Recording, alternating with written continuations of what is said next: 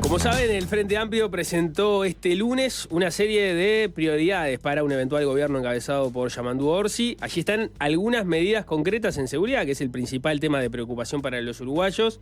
Vamos a profundizar en el enfoque de la izquierda sobre este asunto. Para eso recibimos a Diego Olivera, quien fue coordinador de la unidad temática de seguridad del Frente Amplio. Diego, bienvenido, ¿cómo andás? Muchas gracias por la invitación, un gustazo estar acá. Bienvenido. Mínimamente explicamos cómo ha sido el proceso que desemboca en las propuestas que se presentaron el otro día, por lo pronto en materia de seguridad, que fue el tema que vos estuviste trabajando en la comisión de programa del Frente Amplio. Claro, el Frente Amplio tiene una comisión de programa en sus estatutos, es decir, es algo que existe para todos los periodos electorales.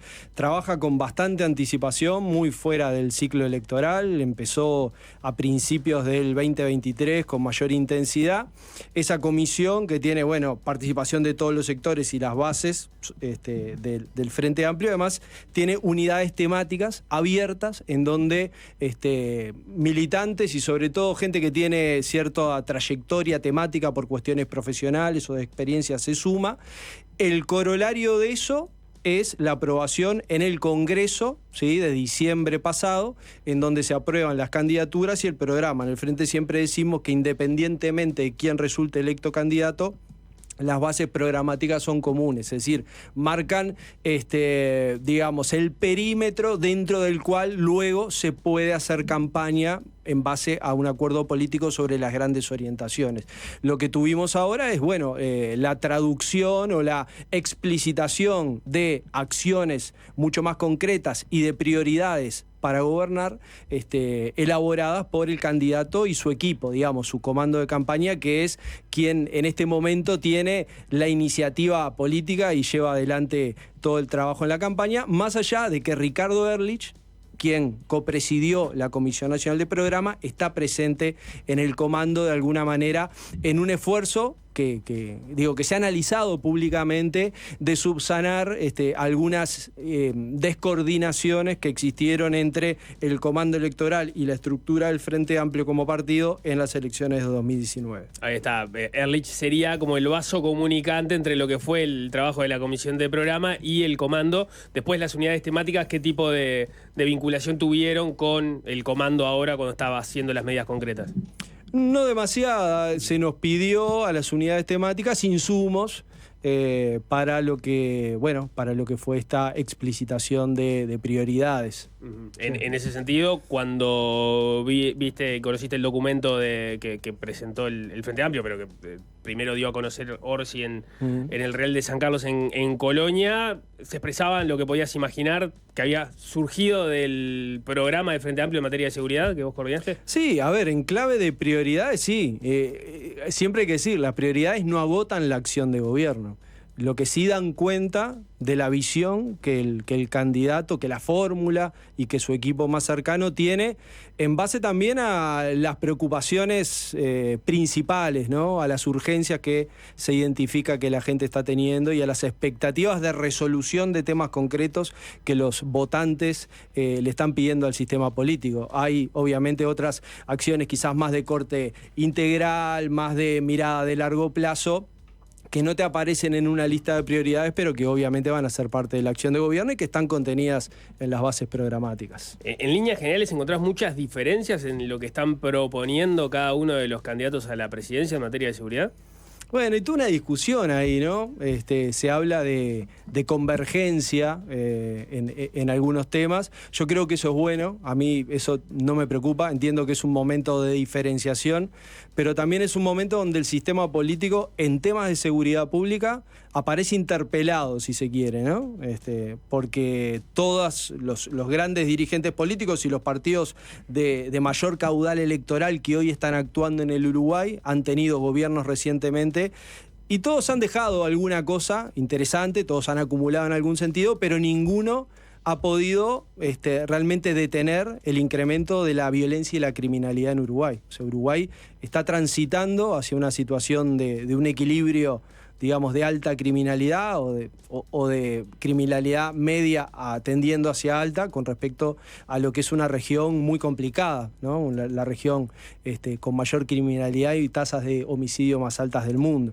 Entonces ahí, bueno, no me parece nada mal que haya ciertos niveles de convergencia. Por ejemplo, la idea de crear un Ministerio de Justicia es algo que está en distintos programas. Pero vinculado al crimen organizado, a mí me interesa meterme en eso. Ahí ves, atraviesa todos los programas de los partidos, la idea de crear algún tipo de grupo supraministerial, o sea, que abarque muchas dependencias que están vinculadas a la inteligencia, al combate al narcotráfico, al seguimiento del dinero del narcotráfico, es decir, coordinación. Comando, grupo, sistema fuerza. integral, fuerza, o sea, estamos hablando de lo mismo, pero con diferentes nombres. Y uno intuye que ya existe una coordinación al respecto de eso. Y en todo caso, si se coordinara más, eso tendría efectivamente un efecto disuasorio de la operativa de los grupos de crimen organizado que operan en nuestro país.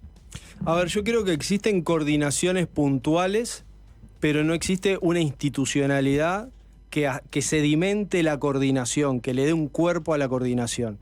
La Junta Nacional de Drogas, para una visión en realidad mucho más abarcativa, porque tiene temas de salud, obviamente, de regulación de mercados, otra cantidad de cuestiones, funcionó en algún momento de esa manera, ¿sí? Con un asiento en Presidencia de la República, con una participación del equipo del presidente, creo que eso para una instancia de coordinación de este tipo es fundamental, y con la convocatoria de distintos organismos. Acá no se habla tanto, al menos en nuestro caso, de ministerios, aunque sí ministerios, pero sí agencias muy específicas que tienen un gran caudal de información, equipos fiscalizadores, un alto nivel de informatización y niveles de inteligencia, y ahí tenés DGI, BPS, Banco Central, aduanas.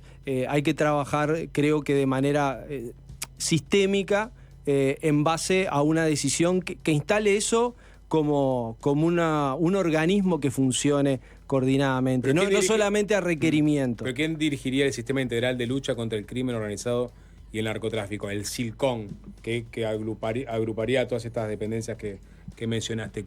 ¿Quién estaría a la cabeza de ese sistema y tendría una mirada, digamos, global de cómo utilizar cada uno de estos recursos y accionar en función de eso? Bueno, hasta donde llega mi conocimiento, porque no integro el comando de campaña, eso todavía no está definido. Mi visión, y creo que es una visión bastante compartida, es que a nivel de Presidencia de la República debe haber un fuerte involucramiento, y obviamente Ministerio del Interior, Fiscalía son actores institucionales de primer orden en términos del protagonismo que hay que tener ahí, porque son quienes conducen la investigación penal, ¿no? Y la persecución de los delitos, y uno puede visualizar que el resto de los organismos tienen funciones importantes, pero más en lógica de cooperación, ¿no? De acompañamiento. Este sistema sería el análogo del grupo antimafia que se maneja por parte de la candidatura de Delgado, ¿o estamos hablando de cosas distintas? A ver, grupo antimafia me resulta quizás más del orden del marketing político, ¿no?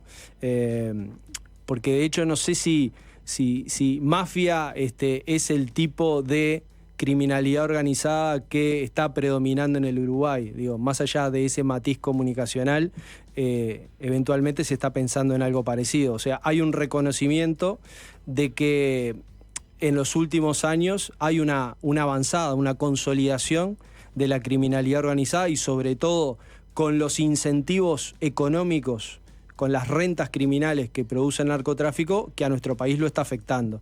Y eso tiene un eje de tráfico internacional, pero también tiene la presencia de la criminalidad organizada en el territorio, ¿no? Que son como dos planos que tienen vasos comunicantes, pero que tienen realidades distintas. En ambos hay que trabajar fuertemente. Perdón, porque es importante esto que decís. Vos entendés que operan dos planos: el de los grandes grupos de narcotráfico que utilizan nuestro país para lavar dinero, eventualmente como ruta de salida, y después, en el plano territorial, grupos más chicos, más atomizados, que son los que generan en definitiva esa violencia diaria que vemos, ¿no? Sí.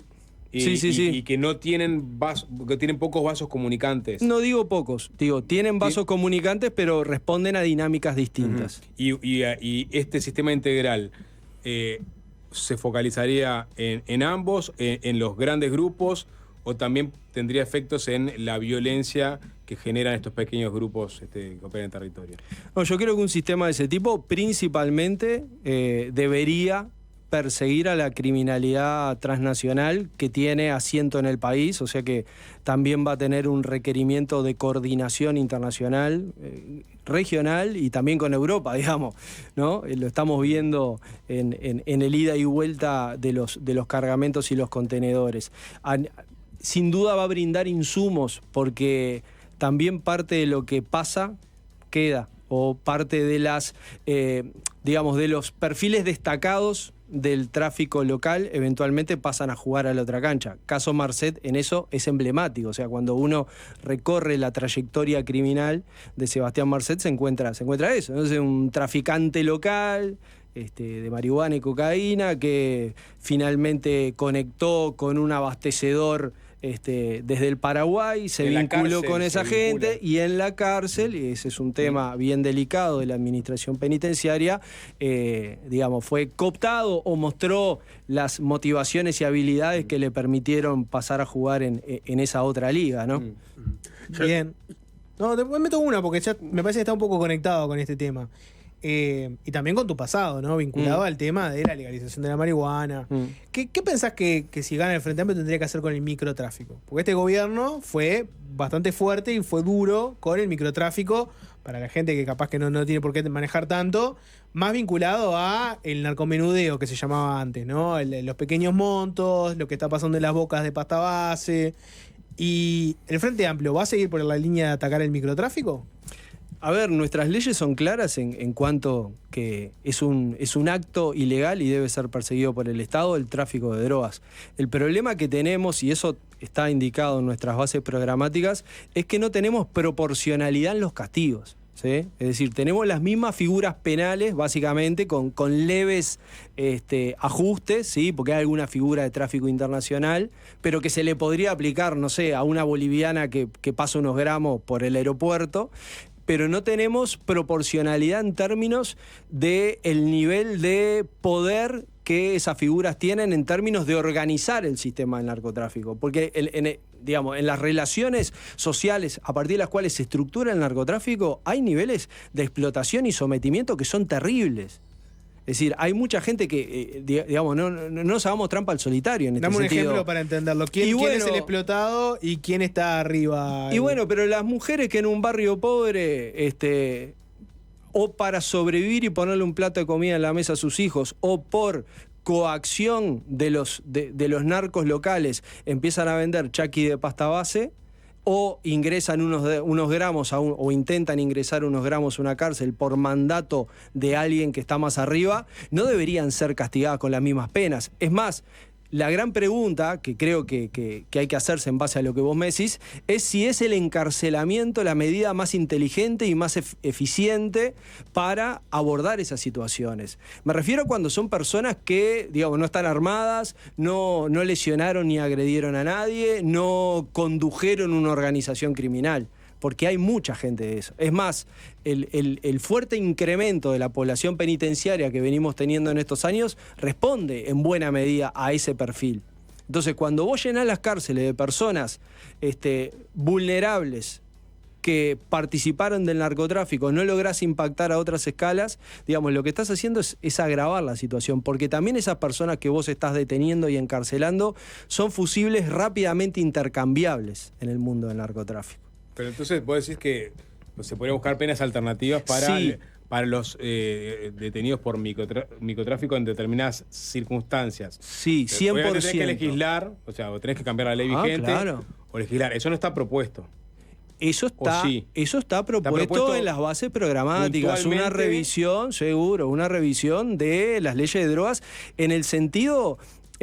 justamente. Pero ¿tienen pensado, digamos, qué tipo de penas disminuirían? ¿En qué casos? O sea, ¿ya está bajado a tierra eso? O sea, para ofensores de drogas que son primarios y no han ejercido violencia contra otras personas, digamos que la violencia no es su código de comportamiento, lo indicado no solamente desde el punto de vista político por nuestro programa, sino por los técnicos que están, digamos, que más han profundizado en el tema, es diferenciar las penas. Porque también vos con las penas y los castigos marcás incentivos.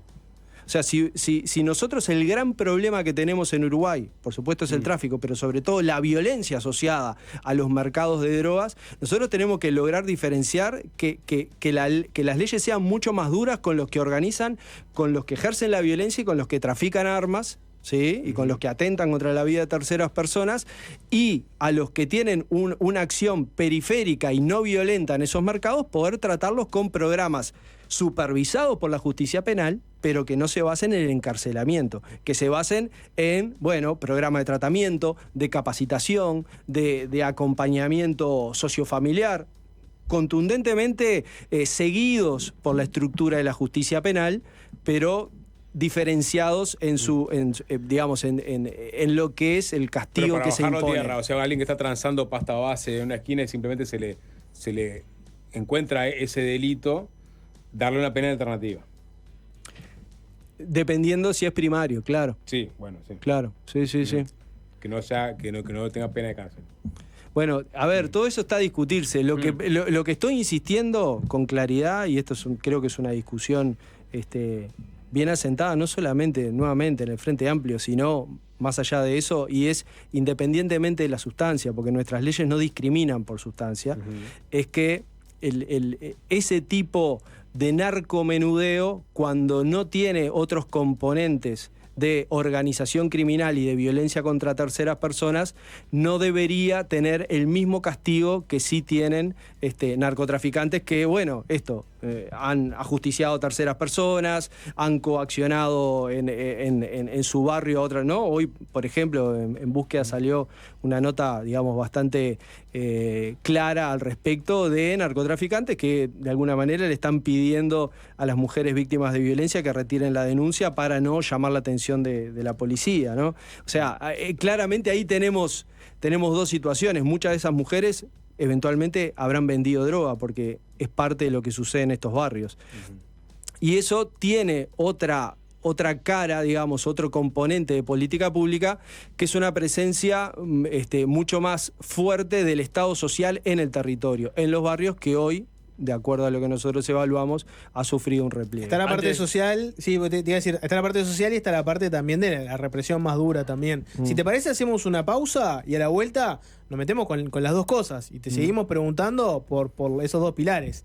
La presencia social y cómo piensan tratarlo de ese lado, y también la parte policial y represiva.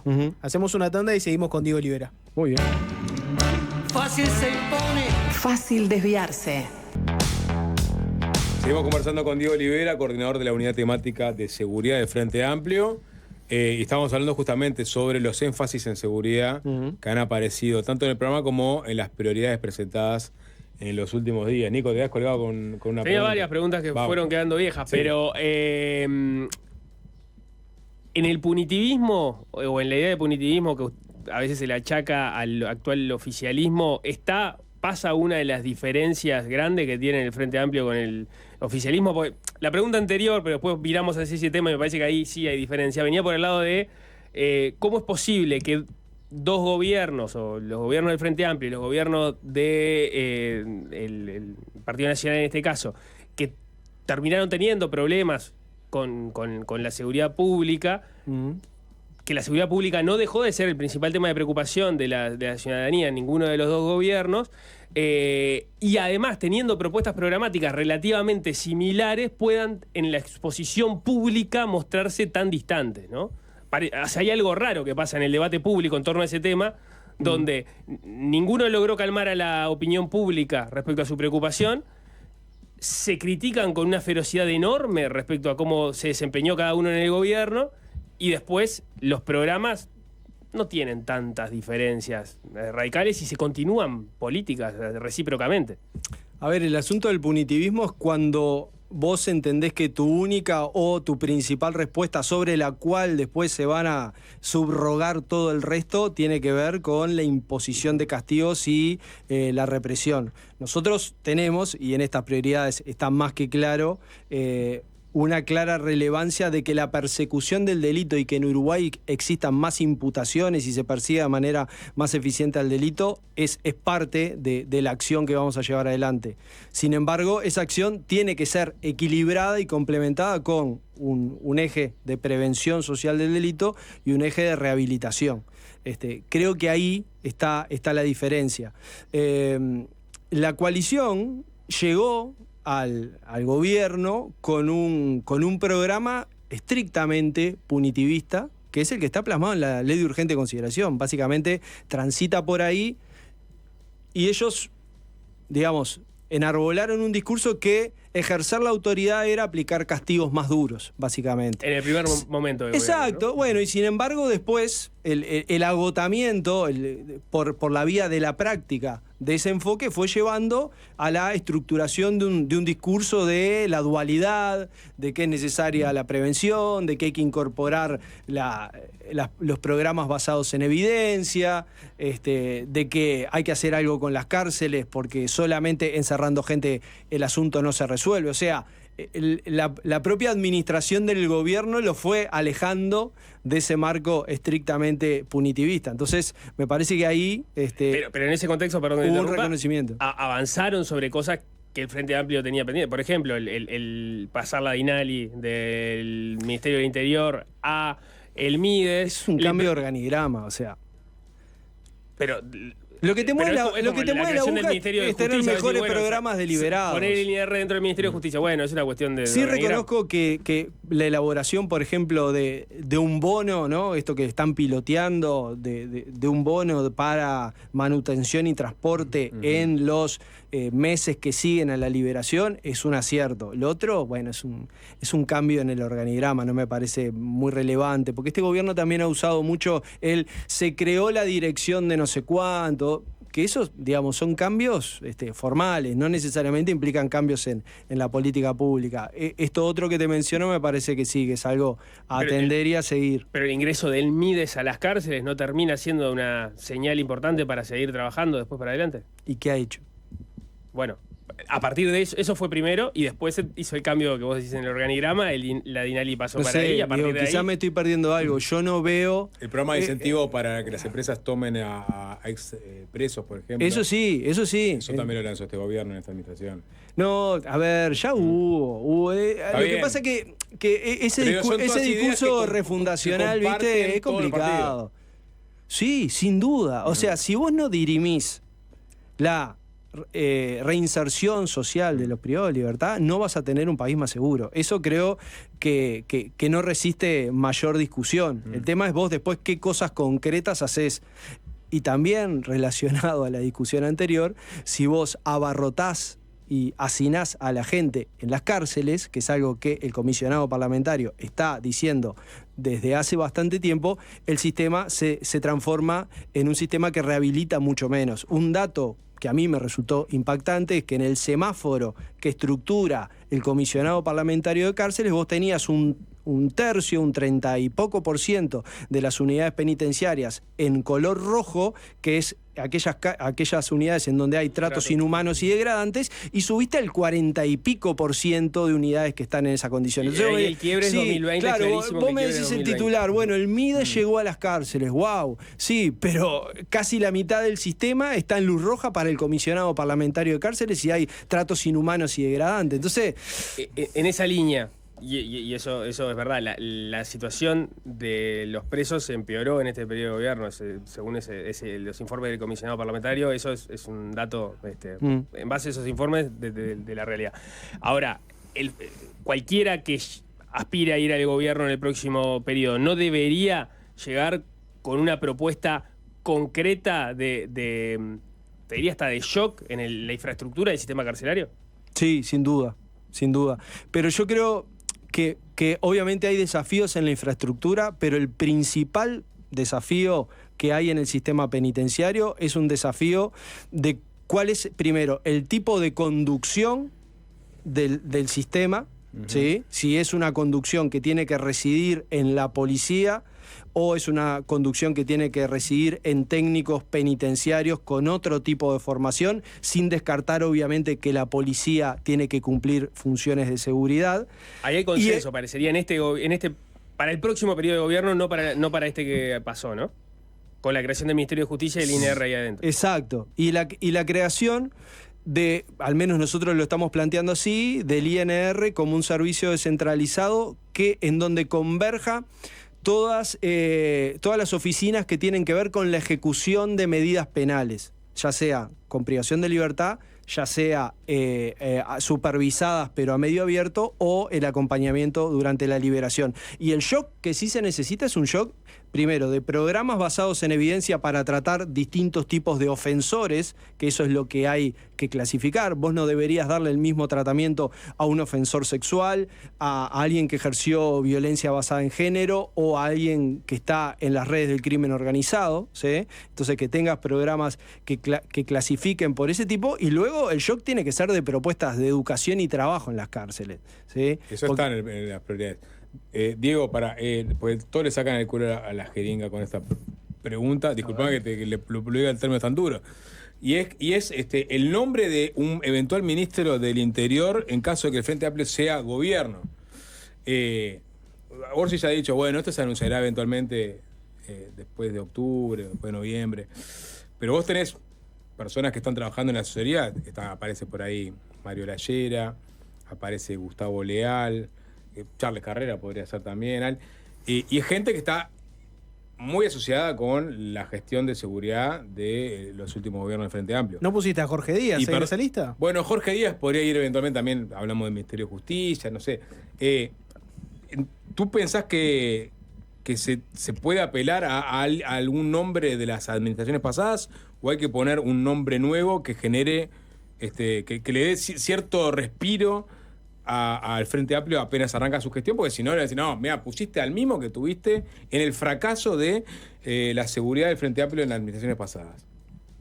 Le voy a tener que sacar el culo a la jeringa. Yo también, me sumo a la lista. A ver, pero ¿por qué, Sapo? Porque claramente la designación de ministros es una potestad del presidente de la República, y eso es algo que Yamandú manejará de acuerdo a sus criterios, y digamos, somos un país presidencialista, en ese sentido está institucionalmente muy definido cuál es el mecanismo. Yo no creo, hablando del Frente Amplio, que haya nombres, digamos, que sean vetables por haber participado en administraciones anteriores. Mario es un policía de larguísima trayectoria, fue la mano derecha de Julio Guarteche, un referente de la Policía Nacional que realmente revolucionó el organismo, con una gran experiencia justamente en narcotráfico, que es uno de los grandes problemas que tenemos. Y Gustavo Leal, bueno, es una persona que todos lo vimos, el nivel de compromiso y de involucramiento que tuvo en el trabajo, sobre todo a nivel territorial, ¿no?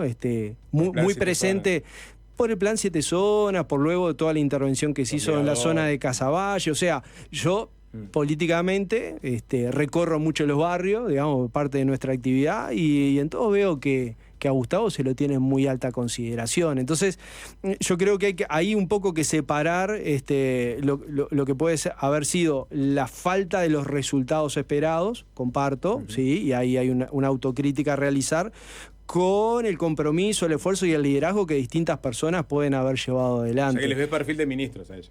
No lo digo en esos términos. Yo lo dije en términos de que no creo que deban ser vetados por eso. De hecho, no, yo no opino sobre quién tiene perfil o no de ministro. Si uno mira las propuestas, por ejemplo, que se presentaron ahora, en realidad no hay algunas cosas nuevas, pero hay muchas cosas que es seguir con líneas que se habían desarrollado en el periodo pasado, ¿no? Pienso en, bueno, el sistema de becarios para comisarías, es algo que funcionaba hasta el 2020 y que dejó de utilizarse a partir de este gobierno. La videovigilancia comenzó con el periodo anterior, el gobierno anterior. Sí. Este gobierno Pero es impensable hoy llevar adelante una política de seguridad sin videovigilancia, por además el impacto que tiene en el esclarecimiento de los delitos, además de en la disuasión.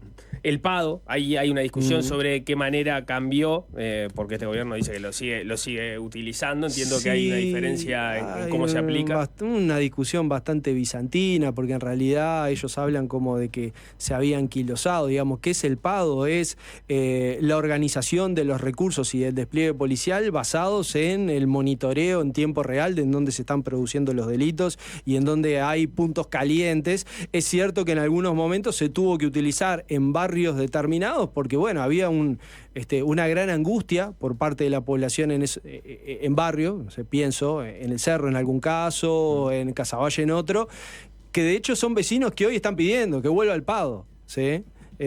Porque permite, entre otras cosas, que el tránsito hacia los lugares de trabajo y hacia los centros educativos sea más seguro. Perdón, Jorge. Ojo con la jeringa, Sapo. Sí. Te queda una. Te queda una. El Estado va a vender marihuana con 20% de THC. La Epsilon sale a la cancha sobre fin de año. ¿Es prudente? O sea, sin tener calibrados los efectos que puede ya tener una marihuana con tal concentración de THC. ¿Y es prudente que se venda vodka o gin en todos los 24 horas del país? Es prudente. Yo creo que lo que es prudente es que haya una vía de acceso legal a las sustancias para que las personas adultas que en nuestro país no tienen impedido el consumo de ninguna sustancia psicoactiva no tengan que recurrir a las redes criminales. Seguramente lo que se necesita, y lo que de hecho permite la legalización, es tener medidas, si querés, de desincentivo para las sustancias de acuerdo a su potencial de daño, ¿sí? Entonces, quizás por el lado del precio debería, y creo que en esa línea se está trabajando, ajustar con respecto a que la unidad de THC, digamos, es más cara. Claro, o sea, aumente el precio cuanto más THC tenés para que haya un desincentivo desde ese punto de vista. Pero, a ver, vos podés comprar marihuana de bajo THC y fumar mucho más cantidad y estás consumiendo la misma cantidad de THC que si fumás poquito de la otra. O sea, en lo que hay que trabajar, y creo que hay condiciones para hacerlo, nosotros lo hicimos, de hecho, con las pautas de consumo de bajo riesgo, de gestión de los riesgos a la hora de consumir, es informar adecuadamente a los consumidores. Lo que tiene que pasar, y en eso tengo pleno convencimiento, es que nosotros en Uruguay necesitamos terminar con algo que quedó a medio camino, que es que el mercado legal de cannabis tiene una escasa cobertura. En términos de cantidad de personas no llega a mucho más de la mitad de los usuarios, pero en términos de las cantidades ofertadas no llega a mucho más de un cuarto del mercado. O sea, 3/4, ¿sí? Un 70 y pico % de la marihuana que se abastece en Uruguay se abastece por canales no legales. Es cierto que muchos conforman lo que se considera un mercado gris, ¿sí? Que no es estrictamente un canal que se vincule con el narcotráfico, pero que si no logramos formalizarlo, ¿sí? Incorporarlo a la regulación, con el paso del tiempo podría generar los incentivos para que personas que sí tienen una trayectoria criminal identifiquen que ahí tienen un mercado disponible. Entonces, que haya diversidad de productos en el mercado legal es parte de lo que hay que incorporar, no tengo ninguna duda. Y no veo contradicción, por ejemplo, con las investigaciones que surgieron recientemente que indican, sí, que a mayor porcentaje de THC hay mayores riesgos. Justamente hay que incorporar esas investigaciones para que el público esté mejor informado. Nuevamente, regulación legal no es incentivar el consumo, es reconocer que el consumo existe, que el consumo es legal en Uruguay y dar una vía de acceso segura y controlada para que, bueno, justamente las personas puedan gestionar mejor los riesgos y los daños asociados al consumo de marihuana. Como le dijo Sergio Massa a Javier Milei en el debate, y le fue muy bien, por sí o por no, si gana el Frente Amplio, a Daniel Radío hay que llamarlo y decirle: ¿hay un lugar para vos en algún lugar de la política de droga que llevamos adelante? ¿Te querés sumar? Diego Olivera diría sí. Bien, perfecto. Diego Olivera, gracias por haber venido. Vamos arriba, gracias a ustedes. Fácil desviarse.